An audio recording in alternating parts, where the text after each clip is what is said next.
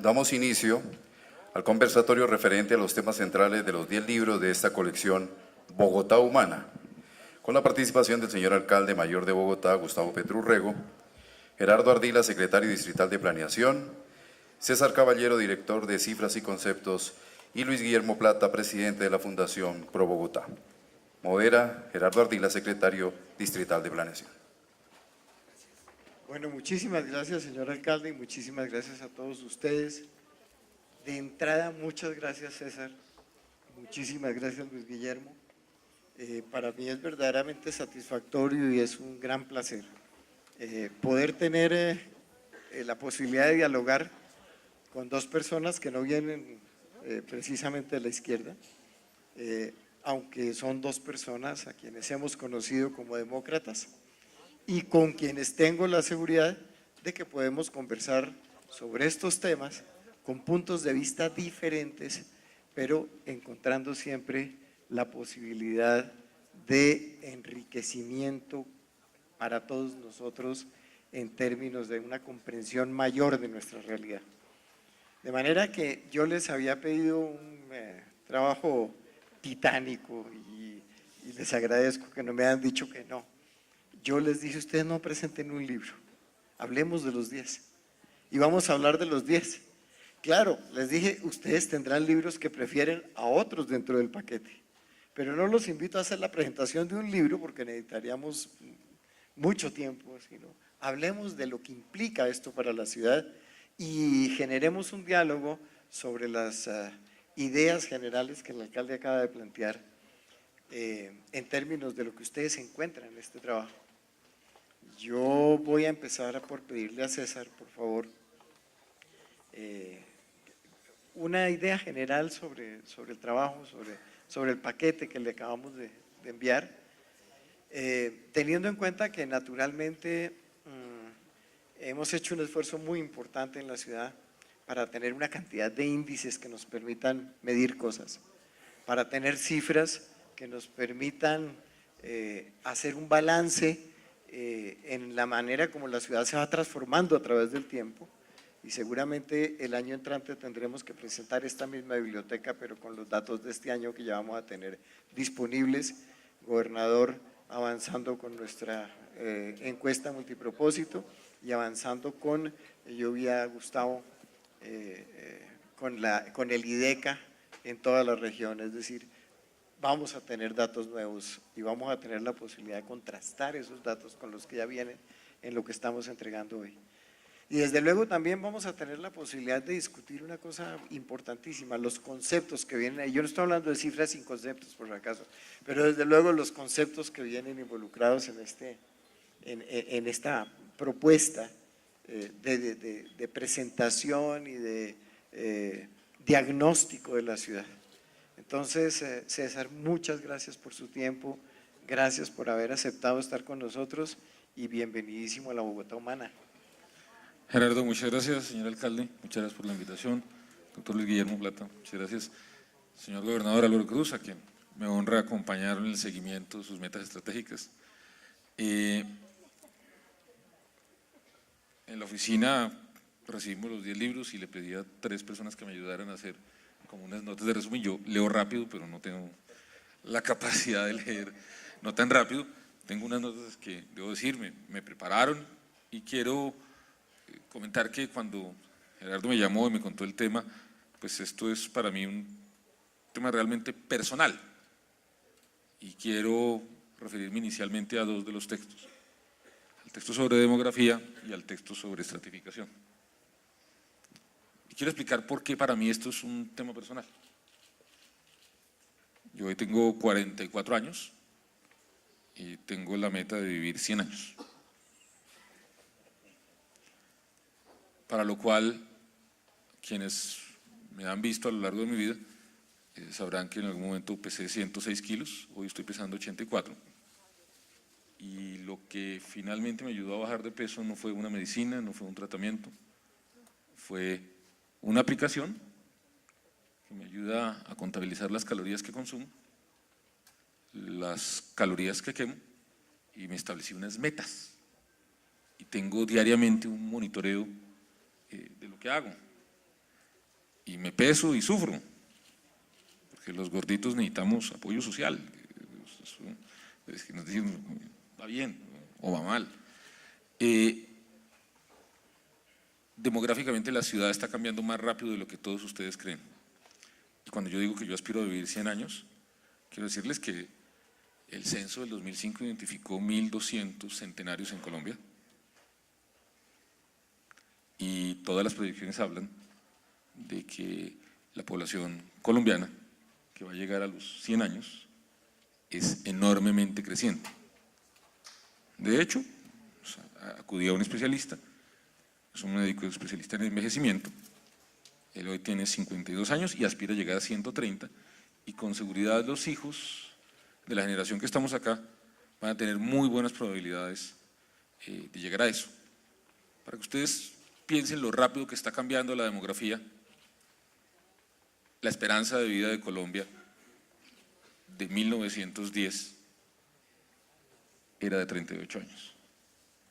Hoy debemos estar en 68 años, con algún diferencial entre hombres y mujeres y las regiones, pero evidentemente lo que ha logrado la sociedad colombiana en términos de aumento de la esperanza de la vida es enorme.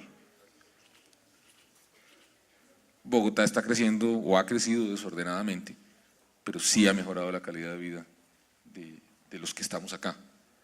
Y yo siento que este tema de estar aportando una reflexión sobre la composición demográfica y sobre los temas migratorios que tiene la ciudad es enormemente central.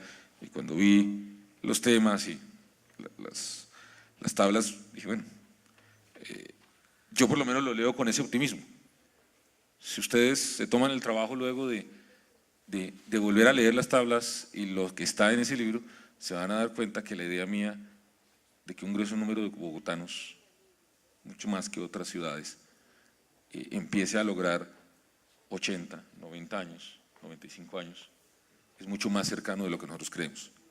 Pero eso implica un tipo de ciudad distinta. Eso implica una ciudad con más andenes, eso implica una ciudad con un transporte público que permita que los escalones que demos pues no sean, pues sean parecidos a los de este teatro, que son más amables con personas que empiezan a tener cierto tipo de problemas, y es una ciudad que de alguna manera empieza a prepararse para tener la posibilidad de que personas que aspiramos a tener una buena calidad de vida lo hagamos. Mi referente en esto, y termino esa reflexión ahí, es el arquitecto que construyó Brasilia. Murió a los 103 años, a principios de este año, mientras trabajaba en proyectos. Y yo creo que en eso es parte un poco de lo que quisiera tener. Entonces yo felicito de alguna manera, y quiero decirlo, que el distrito está haciendo un esfuerzo de publicar y poner a disposición datos sobre demografía, y yo quiero insistirles, hay otros textos sobre el territorio que me llamaron menos la atención, porque me siento más comprometido individualmente y colectivamente con los cambios de la demografía, porque finalmente el territorio se puede deteriorar mucho, y al final uno de los temas que está implícito en los títulos de dos de los textos sobre la movilidad de las personas pueden moverse, al final el territorio va a quedar, pero las personas finalmente escogen, cuando hay opciones, dónde quieren estar y dónde quieren vivir. Entonces digamos que ese es un primer tema. Y el segundo, y con eso hago mi primera intervención, tiene que referencia al tema de los límites de la estratificación. Yo creo que en esencia es una buena idea la que está planteada en el documento. He tenido la oportunidad de discutirlo con Gerardo. Ahí hay una cosa que yo creo, alcalde, que pasa, como creo que está pasando hoy con el planteamiento que usted hizo sobre el tema de permitir que víctimas vivan en el Chicó. Yo no he querido reaccionar, porque estoy tratando de reflexionar. Cuando inicialmente se planteó el tema en los medios de que la estratificación tenía todos los límites que tiene, mi reacción fue, aquí siempre estamos proclives a destruir lo que está para tratar de construir una cosa nueva, y yo de alguna manera, en la información que tenía de los diarios, de las entrevistas que se dieron, decía, bueno, pero aquí no me están planteando, están diciendo todos los problemas de la estratificación, muchos de los cuales yo comparto, pero también yo tengo la tendencia de que esta sociedad lleva recogiendo una información durante 30 años con este sistema y hay algo hay que rescatar. Digamos, yo dije, bueno, ¿qué es lo que pasa? Pero empezamos a dialogar y a conversar, luego salió el texto que hoy estamos presentando. Yo creo que ahí hay un bonito debate y es el debate de si usted lo que debe hacer es tratar de focalizar por variables de stock o por variables de flujo. El convencimiento de Gerardo y de alguna manera de los autores del libro, que son académicos, a quienes conozco particularmente, a Carlos Sepúlveda, es mejor pensar en el tema de subsidios por el tema de cómo varía el ingreso de las personas, porque el stock tiene muchas limitaciones. Eso es cierto. Yo ahí, digamos, la reflexión que quisiera señalar es, en el caso de Bogotá, donde hay un catastro relativamente bueno, ha mejorado, tiene retos, pero sin lugar a dudas el catastro de Bogotá es muy distinto al catastro del resto del país. Me parece bien lo que menciona Gerardo de la asociación con otras ciudades para empezar a discutir el tema, y yo lo que diría es, creo que la manera adecuada de plantear temas en la agenda pública tiene que ver con plantearlos, aportar datos y empezar la reflexión. Yo un poco lo que le diría al alcalde, yo todavía no tengo los suficientes elementos de juicio sobre su propuesta de víctimas en el Chicó. Pues, me levanté y vi eso y dije, uy, probablemente el tono puede ayudar mucho, alcalde. Pues porque decir todos los que viven en el Chicó están en contra, probablemente se equivocan. Lo acaba de decir y se equivoca, probablemente. Porque entonces, claro, en el tono hace que todas las personas, yo no vivo en el Chicó, yo vivo en Chapinero Alto, pero hace que todas las personas, que algunas de pronto, el tono puede ayudar. Yo tengo la sensación de que el tono y que, por ejemplo, consultarle a la gente que vive ahí los temas. Me parece que el debate es importante, yo le quiero decir, el debate me parece que es importante, pero probablemente al escucharlo, y quiero con esto, de una manera respetuosa al alcalde, decirle, lo escuché atentamente, muchas de las afirmaciones, yo creo que aquí no hay un ustedes y nosotros, porque es que en algunas de sus afirmaciones yo me sentía como, no sé, es decir, yo comparto algunas de las ideas de los líderes de gremios locales y yo no soy premoderno o del siglo XIX, creo,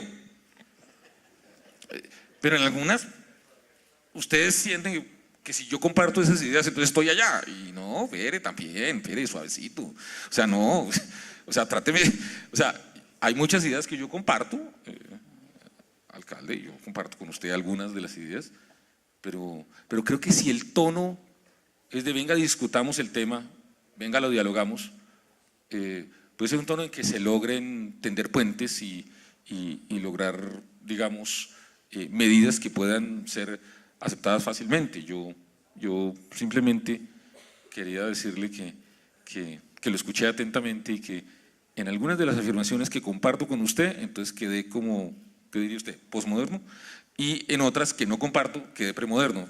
Pero pues no tengo por qué compartir todo lo que dice. Muchísimas gracias, César. Muy bien la primera. Y yo quiero aprovechar antes de darle la palabra a Luis Guillermo para saludar y agradecer a los colegas de Chile, Argentina, México y Francia que están aquí con nosotros estos días y que han trabajado con nosotros con tanta entrega en la discusión de estos temas que estamos cerrando hoy aquí, ¿no? Alcalde, están ahí, han hecho un trabajo fabuloso. Muchas gracias a ustedes. Luis Guillermo, bienvenido. Muchísimas gracias por aceptar estar con nosotros y muchísimas gracias por hablar con nosotros. Gerardo, muchas gracias, alcalde, gobernador, César, por Pedro, gusto estar acá. Yo les debo confesar que yo pasé de estar honrado a estar preocupado, porque hace un par de semanas estábamos almorzando con Gerardo, me dijo, oiga, voy a lanzar unos libros, ¿por qué no me acompaña? Y pues, da unas palabras. me comenta ahí unas cosas. Y, bueno, sí, me parece interesante, muchas gracias, con gusto acepto la invitación. Cuando poco a poco fueron llegando a la oficina arrumes de libros, y llegaban como de 3 en 3 y cada uno más grande que el otro. Y entonces rápidamente pasé de estar honrado a estar preocupado, porque desafortunadamente yo no tengo las 3 personas que tiene César. Y la razón es muy sencilla, y aprovecho y les cuento un poquito. Pro Bogotá es muy nuevo, Pro Bogotá tiene poco más de un mes de creado, si bien lo anunciamos hacia junio, realmente como entidad, como fundación, existe hace poco más de un mes. Ustedes saben que, pues, que hay que surtir unos trámites, NIDS, RUTS, en fin, registros, hay que conseguir un lugar, hay que empezar a contratar personas, poner unos muebles. Entonces realmente Pro Bogotá en este momento somos Luis Guillermo y otra persona más, pero eso no va a ser así por mucho tiempo. Estamos justamente en la creación de Pro Bogotá. ¿Y qué es Pro Bogotá? Aprovecho rápidamente y me salgo del tema, pero creo que es importante, porque muchos de ustedes dirán, bueno, pero ese señor de Pro Bogotá, ¿quién es? ¿Qué hace Pro Bogotá? Y Pro Bogotá realmente es una fundación recién creada por el sector privado de Bogotá, que quiere contribuir al progreso de su ciudad, que quiere ayudar a que Bogotá sea mejor, sea más próspera. Y no es una idea nueva, no es una idea de nosotros, no es una idea que surgió hace 6 meses o un año, es una idea que en el mundo ha estado por mucho tiempo. Así como hay Pro Bogotá, también hay Pro Londres, y hay Pro Nueva York, y hay Pro Barcelona, y hay, tal vez en Colombia hay varias, pero tal vez la más emblemática y más reconocida es Pro Antioquia, que lleva 40 años trabajando justamente desde el lado del sector privado, aportando al desarrollo de Medellín y de la región, y con mucho éxito. Yo creo que si usted le preguntan a los paisas y a los ciudadanos de Medellín, oiga, ¿usted qué piensa de Pro Antioquia? Yo les aseguraría que la mayoría de las personas tienen una imagen muy positiva, muy amable de Pro Antioquia y de lo que han logrado hacer sobre 40 años. Ojo, 40 años, por supuesto, ¿no? Eso no hace así, ni en 1, ni en 2, ni en 3, para impactar y para ayudar a su ciudad y a su región. Entonces, realmente me tocó hacer un esfuerzo. Me leí los 10 libros, no mentiras, no me los leí, pero sí tomé apartes de algunas cosas que me interesaron. Sí, era imposible, por supuesto, leerme 10 libros, creo que nadie puede hacerlo, pero uno sí escoge algunos temas que le llaman la atención, profundiza sobre ellos, los mira con más cuidado. Y quisiera comentar tres de ellos que a mí me han llamado la atención. Lo primero es que lo que no se mide no se maneja. Y creo que lo más importante acá es que empieza a haber medición, empieza a haber récords de cosas, empezamos a tener historias de las cosas, de cómo van, de cómo progresan, de cómo evolucionan en el tiempo, y creo que eso es fundamental. Y para un Pro Bogotá que está arrancando, tener una fuente de conocimiento, de poder uno referirse, buscar unas estadísticas, buscar unos estudios, encontrar unas tendencias, creo que eso es en sí mismo ya es un gran valor, el poder tener eso a la mano. En cuanto a las ideas, la idea de la región metropolitana me parece fundamental. Yo creo que aquí hay algo que tenemos que explorar, tenemos que trabajarlo obviamente con el gobernador, con el gobierno nacional, pero no se trata de hacer lo que sucedió en los años 50, cuando se integraron otros en ese momento municipios a Bogotá, Fontibón, Engativá, Usme, Bosa, pero yo sí creo que de los 50 acá se ha dado una integración de facto entre Bogotá y los municipios aledaños, no necesariamente limítrofes. Hay una integración de facto, hay una integración que se ha venido dando, nos hemos integrado como mercado de consumo, como mercado laboral. La gente trabaja en Bogotá, pero vive en Soacha o vive en Mosquera, estudia en un lugar, vive en otro, en fin, esa integración de facto, yo creo que si bien se ha dado como integración, las herramientas que tenemos hoy son básicamente las mismas que teníamos hace 60 años.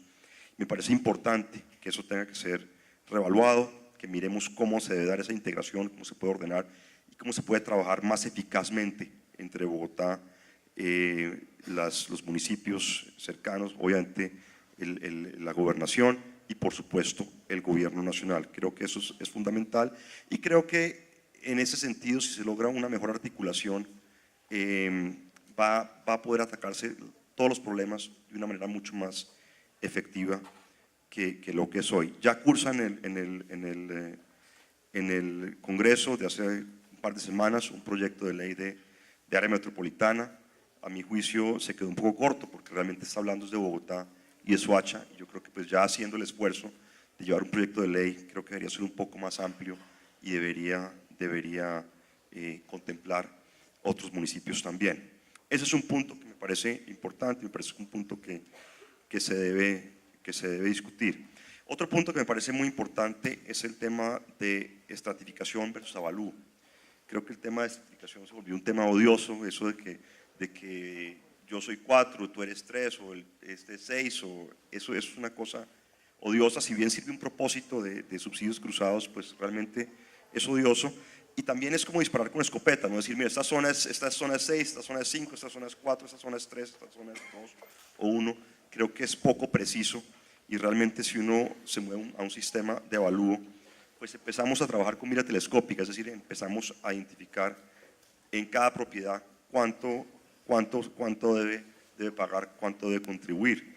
Entonces me parece que eso es un avance importante y veo el mérito de pasar a un sistema mucho más preciso y además un sistema que deje de lado esas como etiquetas odiosas que se han venido convirtiendo parte del vocabulario nuestro en los últimos años. Y un tercer tema que es muy diferente, pero que me llamó la atención justamente por lo distinto, es el tema del diagnóstico de niños y adolescentes de orientaciones sexuales o identidades de género no normativas, una palabra me parece apropiada, o como está en el libro, problemas de LGBT de menores de 18 años. Creo que es importante empezar también a trabajar con ese nivel de detalle, a llegar a cosas que normalmente no estarían documentadas, que no serían pues, parte de una discusión. Y me parece que es clave que empecemos también a mirar en esa dirección. Y obviamente, en la medida que entendamos, en la medida que podamos diagnosticar, pues se podrán encontrar soluciones. Un diagnóstico errado, un diagnóstico equivocado, ciertamente lleva a acciones que no son las adecuadas y lleva pues, a que los problemas no se puedan solucionar. Entonces me parece que son tres temas bien diferentes, pero me parece que son temas cruciales y fueron los que a mí más me llamaron la atención dentro de pues, la cantidad de temas importantes que reúnen estos libros y sobre los cuales yo quisiera comentar en el día de hoy. Muchísimas gracias, Luis Guillermo. Es una lástima que Juan José Echeverría, que nos había asegurado que nos podía acompañar, haya tenido inconvenientes para llegar. Y es una lástima porque era otro punto de vista también muy importante. Y bueno, pues no tuvo un problema, ya que ha tenido un problema personal y no podía llegar. Pero, alcalde, se han puesto sobre la mesa temas claves y yo creo que a pesar de que escogieron algunos temas, escogieron los temas que son más compartidos y prácticamente los libros a los que no se refirieron tienen que ver con los temas que ustedes mencionaron. Yo quiero celebrar también y saludar la presencia de colegas del gabinete. Muchísimas gracias por acompañarnos hoy, muy amables. Y preguntarle, alcalde, en estos temas que tienen que ver especialmente con la lucha contra la segregación, se han tomado decisiones muy importantes, algunas de las cuales se alcanzan a notar, sobre todo en el libro de índices, donde tratamos de generar ese índice de prosperidad y otros de los índices que se plantean ahí, pero que tienen que ver con decisiones de gobierno que no salen ahí todavía porque no tenemos los datos, ¿no? Todavía no nos están midiendo, pero que nos dan el punto de referencia para que el año entrante, cuando volvamos a publicar la nueva biblioteca, ya tengamos algo contra qué comparar, que esa es la parte más importante. En tema de educación, en temas de cultura y la manera como se ha hecho un aporte presupuestal muy grande para que estos temas puedan desarrollarse, educación, cultura y salud. ¿Cómo vería usted, alcalde, y cómo complementaría los comentarios que han hecho tanto César como Luis Guillermo? Sí, de todas maneras, siguiendo aquí digamos, estoy completamente convencido que en la 80 con Quinta viven víctimas, porque esa es la realidad de la violencia, ¿no? La violencia ha atravesado el conjunto de la sociedad y de las regiones, y es casi muy altamente probable, si usted hace la encuesta, ¿cierto?, focalizando territorialmente, que víctimas están en la 85 con Quinta. Seguro que hay una señora que la secuestraron, un señor, pero también en Ciudad Bolívar. Porque un poco de la preocupación periodística del día alrededor de la propuesta. Entonces yo dije, no, pero es porque van a haber víctimas ahí. No, pues víctimas viven ya ahí. No, es porque son víctimas pobres. Y entonces me pareció interesante visibilizar el hecho que no es que lo proponga la alcaldía, sino que existe en la realidad de una segregación social que lleva décadas, yo creo que siglos, que tiene sus raíces en la visión española feudal de la sociedad y que nuestra república no rompió, entonces, la mantuvo. Nuestros republicanos quisieron fue reemplazar a los monárquicos que venían de España, pero no más. Y la labor no se ha concluido, es decir, construir una sociedad democrática es construir una sociedad no segregada. Incluso si existe la diferencia de poder adquisitivo. Es decir, nadie porque tenga un nivel adquisitivo menor puede ser excluido. Ni territorial, ni educativamente, ni culturalmente, etcétera. Y obviamente puede sonar un poco odioso que entonces la alcaldía haga un énfasis en la persona con poder de menor capacidad de pago. Y entonces de ahí puede surgir, digamos, una reacción que se ha visto polarizada. Pero si el Estado no privilegia, entre comillas, al revés, al que ya está excluido por la sociedad, no se construye una democracia. Un poco el asunto tendría que ver, si lo pusiéramos en términos del siglo XX, el discurso es excluyente, son dos modelos que es el uno o el otro.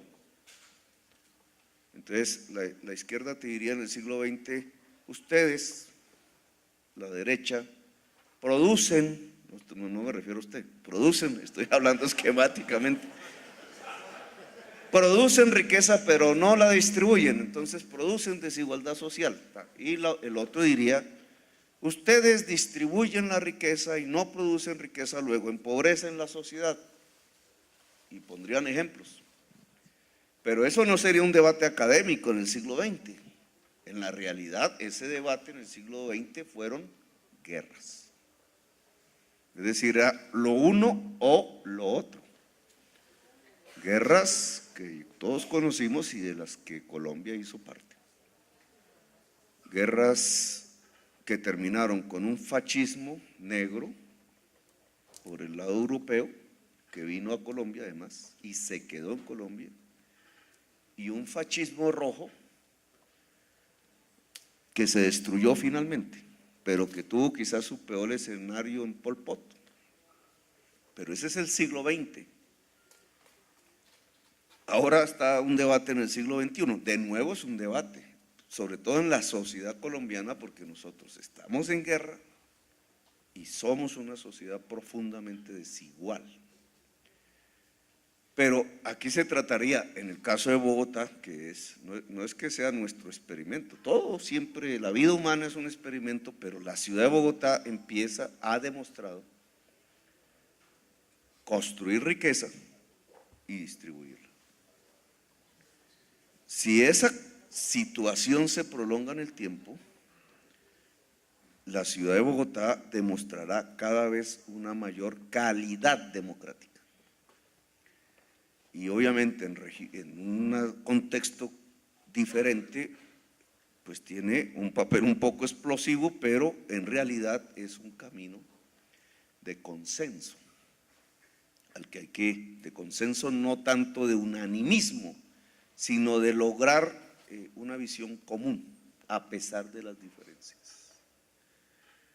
Y un tanto cuando vamos a poner el ejemplo que tuvimos ayer una discusión con periodistas, medio de comunicación, Alcaldía de Bogotá.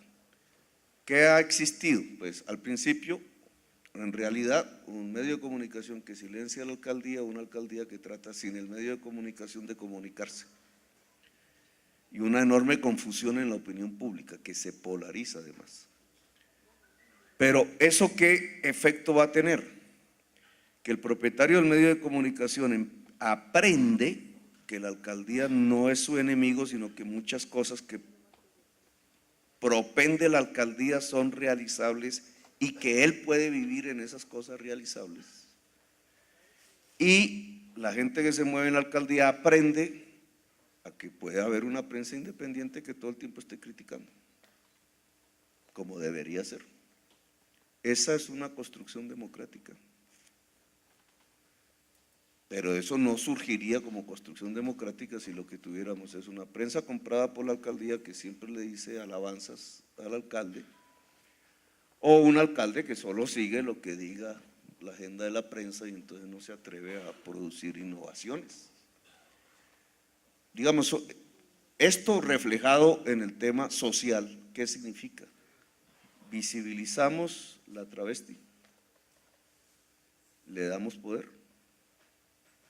Pues claro, nos va a caer un rayo de alguien que piense que eso es un pecado y que nos vamos para el infierno. Pero, ¿ese mensaje qué significa? ¿Es un mensaje democrático o es un mensaje polarizante? Al principio polarizará, pero en realidad la construcción de la ciudad que permite que la diferencia sexual se exprese, pero no solamente lo permite discursivamente, sino que el funcionario que llega a una oficina de la alcaldía y está de jefe una travesti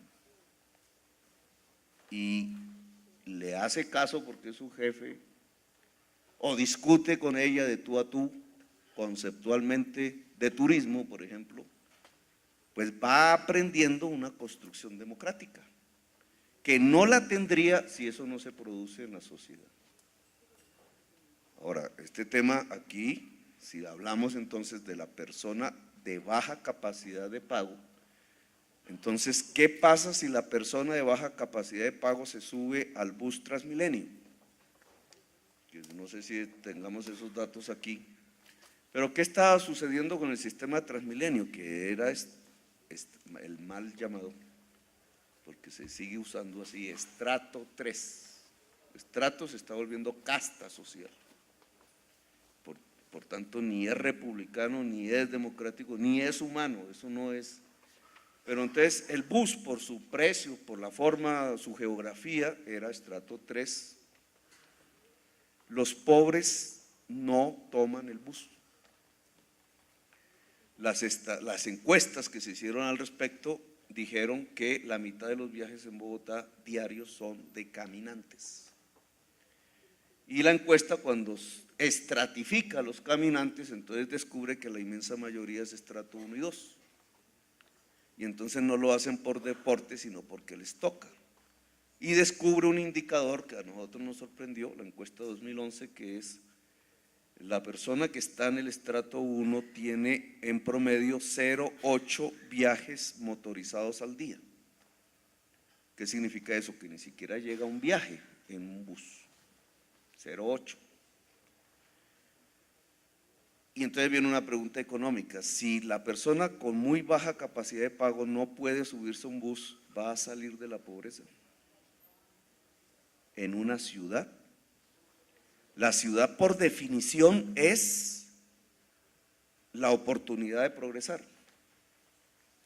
Pero si la persona de baja capacidad de pago en la ciudad no tiene esa opción de llegar a la oportunidad, pues no sale, es un gueto. Entonces el subsidio al transporte para el pobre provoca la posibilidad de salir de la pobreza. Pero ¿qué nos sucedió en la práctica? Que esa persona, al poderse subir al bus, porque ahora lo hace, ve en el bus un centro comercial, su primera oportunidad, no el medio de transporte, sino el objetivo mismo, y saca la chaza y vende papas o no sé qué cosas en el bus. Y entonces se produce una polarización social al interior del bus. Problemas nuevos. ¿Cómo se evita que el bus no sea un espacio de polarización social y admita no solamente que se pueda subir lo que hoy llamamos una persona del estrato 1 y una persona del estrato 3, sino ojalá una persona del hoy llamado estrato 6, que algún día debe terminar de llamarse estratos, porque eso no debe ser? Es un poco el planteamiento. Ahora, eso no se logra si el Estado no ayuda a la persona que hoy no puede subirse a un bus por falta de capacidad de pago a tener la capacidad de pago para subirse, y eso se llama incentivo al transporte o subsidio al transporte. Por lo cual, entre otras cosas, yo tengo embargadas mis cuentas, porque fue por toda política que hemos tenido ha sido perseguida en estos términos. Muchas gracias, alcalde. Doctor Luis Guillermo, hemos planteado una conversación muy interesante en términos de una colaboración permanente y productiva entre productores y el Estado, que tiene que cumplir un papel importante en la distribución de la riqueza. ProBogotá representa a los productores, representa a los empresarios. ¿Cómo ve usted esa relación? ¿Cómo la ve hoy en términos de lo que estamos avanzando en posibilidades de construcción de una interacción desde la perspectiva de empresarios, que los hay de mucha naturaleza, naturalmente, y que no podemos generalizarlos? Aquí tenemos empresarios que han hecho esfuerzos muy grandes por desarrollar la educación, por desarrollar algunos aspectos específicos. Entre el público está alguien que yo aprecio muchísimo, que es un propietario de una hacienda con su familia, que ha tomado la decisión de entrar a participar en la construcción de la Reserva Forestal Thomas van der Hamen, y que desde hace años nos ha planteado: nos encantaría que nuestra hacienda se convirtiera en una universidad donde la gente aprendiera a producir de una manera distinta. Aquí está, él sabe quién es, y le mando un abrazo de gratitud por acompañarnos y por estar aquí. Ese tipo de empresarios, esos propietarios, esas personas nos generan un campo completamente democrático y en el cual no tenemos ninguna imposibilidad de convergencia. Desde ProBogotá y desde su experiencia, Luis Guillermo, como ministro, como todo ese recorrido suyo. A ver, Gerardo, yo he escuchado atentamente los comentarios de los demás panelistas y del alcalde. Me ha parecido interesante algo que el alcalde ha dicho. El alcalde ha hablado tanto de creación de riqueza como distribución de la misma, como elementos que no solamente coexisten, sino que son necesarios el uno con el otro. Yo creo que anteriormente a veces se hablaba, como decía el alcalde, o del uno o del otro, y era excluyente. O usted está en creación de riqueza y se quiere hacer más rico, o usted está en distribución de riqueza y quitándole a unos para darle a otros. Yo creo que eso ha evolucionado de manera importante, y me alegra oír al alcalde hablando en esos términos y de esos temas. Porque yo creo que una ciudad no puede ser próspera sin un sector privado pujante y próspero. Pero yo no la conozco, no he conocido una ciudad que sea próspera sin ese sector privado. En la medida que el sector privado sea exitoso, en la medida que el sector privado pueda generar empleo, pueda generar riqueza, pues vamos a poder también atender las necesidades de los demás. Lógicamente tiene que haber distribución, pero para que se dé la distribución, pues tiene que también darse la creación. Eso me parece sumamente importante. Me parece importante que no sea antagónico el papel de la empresa privada y la administración, sino que sea un papel de colaboración, que tanto un lado como el otro reconozca: oiga, para ser exitoso necesito de usted, para que el sector privado pueda crecer, para que el sector privado pueda ser pujante y pueda beneficiar a la sociedad, pues requiere de una administración que le apoye, que le ayude y viceversa. Yo creo que una administración donde encuentre un sector privado que respalde, que ayude, que busque soluciones, que busque aportar, pues también va a poder ser más efectiva y va a poder trabajar mejor. Yo recuerdo cuando nos conocimos, que usted me dijo, lo espero en mi oficina, quiero que nos reunamos, y cuando fui a su oficina lo primero que me dijo es, mire, quiero ponerle a mi equipo a disposición suya para que trabajemos, y fueron palabras textuales, y yo las tomé así, y dije, perfecto, entonces la semana entrante vuelvo, pero yo ya no a una reunión introductoria, sino vengo a sentarme uno por uno a entender los temas, a recibir información, porque uno no se las sabe todas. Yo no soy un experto en Bogotá, ni mucho menos, ni pretendo serlo. Uno va aprendiendo, uno se reúne con la gente que maneja temas financieros, temas de movilidad, temas sociales, en fin, y va entendiendo las cosas y va, lógicamente, de allí tomando sus conclusiones y pues generando sus propuestas y sus ideas. Pero yo creo que el punto de partida, me alegra estar acá porque creo que el punto de partida es muy bueno. Necesitamos creación de riqueza, pero también necesitamos distribución de riqueza. Y las dos son necesarias, las dos son complementarias, y lo reitero nuevamente, una ciudad sin un sector privado pujante, sin un sector privado exitoso, difícilmente va a ser exitosa. Pero también es importante que ese sector privado haya dicho, oiga, ¿sabe qué? Yo me quiero involucrar, yo quiero meterme en los problemas de la ciudad, yo quiero trabajar, yo no quiero ser un espectador, o peor aún, un crítico, decir, esto está vuelto nada, esto va mal, esto no sirve. Eso no ayuda a nadie, eso no ayuda a nadie, ayuda cuando uno tiene propuestas, cuando hay ideas, cuando decimos, oiga, venga, colaboremos, venga, hombre, esto no me gusta, pero entonces venga, ¿cómo lo replanteamos? ¿Cómo lo miramos? ¿Cómo podemos encontrar un punto donde las cosas funcionen para todos? Y creo que hay una muy buena disposición para que así sea. Muchísimas gracias. Y César, para cerrar, ir cerrando y dando ya el paso a algo que es muy triste, que es despedirnos con un tema tan interesante que yo quisiera alargarlo, pero sé que todos al alcalde lo están esperando en su oficina todavía. El gobernador se vino, bueno, en fin, a todos los que estamos aquí, sé que ya se nos vino encima el tiempo, César. Uno de los problemas más grandes que tenemos en la acción pública es la de poder, es un tema de tiempo.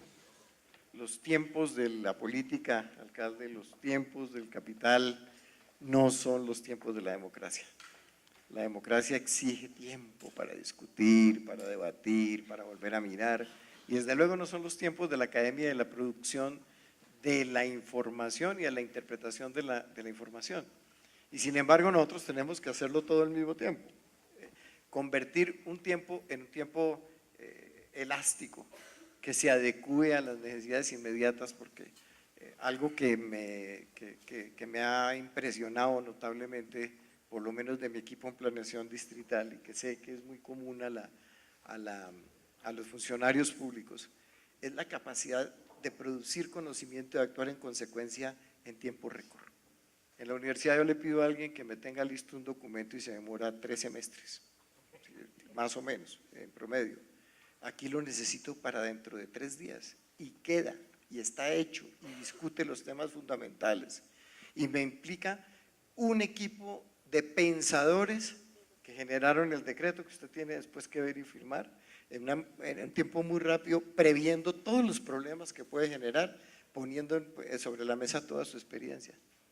Ese tema de la generación de información y de la toma de decisiones con esa información, usted que fue director del DANE, fue director de Planeación Nacional, es uno de los más importantes productores de información para esta sociedad.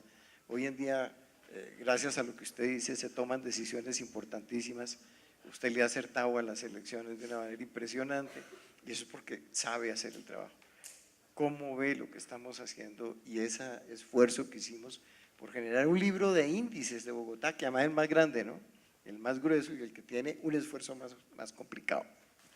Mira, ahí hay un tema de la capacidad de los síntesis, de hacer resúmenes de ideas, pero ahí yo me muevo rápidamente al tema de hay que mantener las series de tiempo. O sea, hay que medir y tratar de que eso se mantenga. Por eso mi llamado de atención de que la estratificación, que tiene problemas, tiene una serie de 30 años.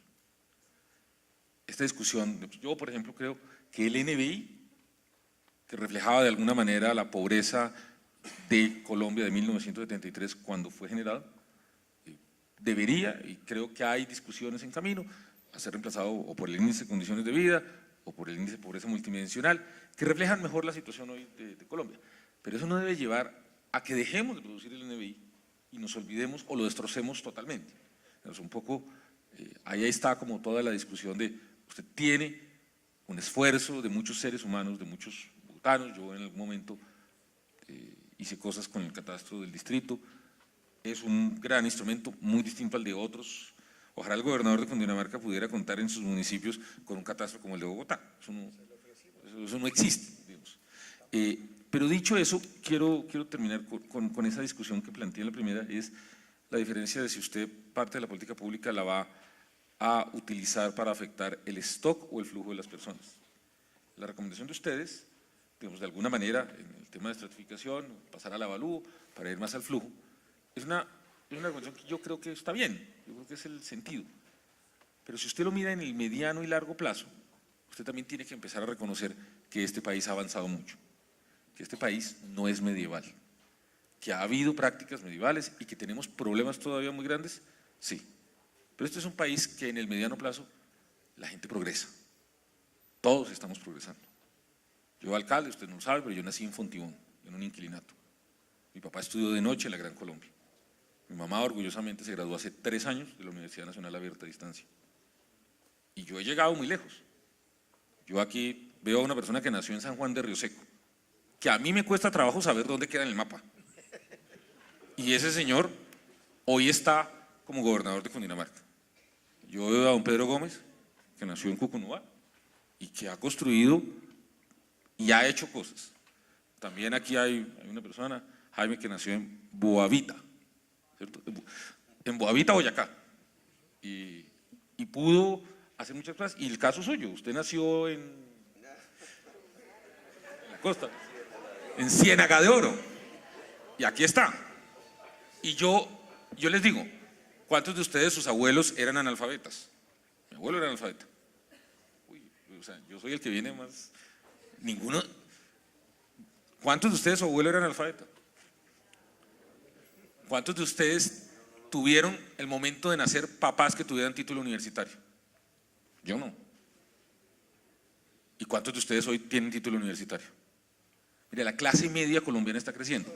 Si yo pregunto un factor común, y con esto quiero terminar, es que todos tuvimos una oportunidad que era escasa en ese momento, y era la de ser educados. Y la educación es una política pública no de stock, sino de flujo, que le permite y que le entrega el poder, como dice usted, a las personas. Y termino diciendo, alcalde, que como usted sabe, probablemente lo vio, si no lo vio le cuento, en mi encuesta de líderes de opinión no le va muy bien, pero los líderes le reconocen la gestión en educación. Las gráficas están publicadas. Yo creo que, digamos, ahí hay todavía, digamos, una discusión, por ejemplo, frente al tema de si uno empodera a la gente a través de propiedades o a través de la construcción de capacidades en las personas que las personas puedan utilizar, como la educación. Una reflexión. Muchas gracias. Excelente, gracias César. Creo que hemos tenido 2 días de trabajo muy interesante, o más, ¿no? Porque en realidad quienes vinieron del exterior, el grupo que vino de afuera, ha estado trabajando desde el domingo prácticamente. De manera que es una semana de trabajo la que estamos cerrando hoy, alcalde. Y la acompañamos de la publicación de 10 libros que nos costaron, hechos por funcionarios. Aquí no es, estuvieron académicos acompañando esto, desde luego, pero son los funcionarios y es la producción de conocimiento que la ciudad tiene como parte de su stock y que es fundamental para lo que hacemos y para las decisiones que tomamos sobre política pública. Yo creo que eso, sumado a un alcalde que tiene la capacidad permanente de jugarse su capital político para lograr avances en las cosas en que cree, nos permiten dejar una ciudad en este momento con unas condiciones muy distintas a las que teníamos hace 5 o 6 años.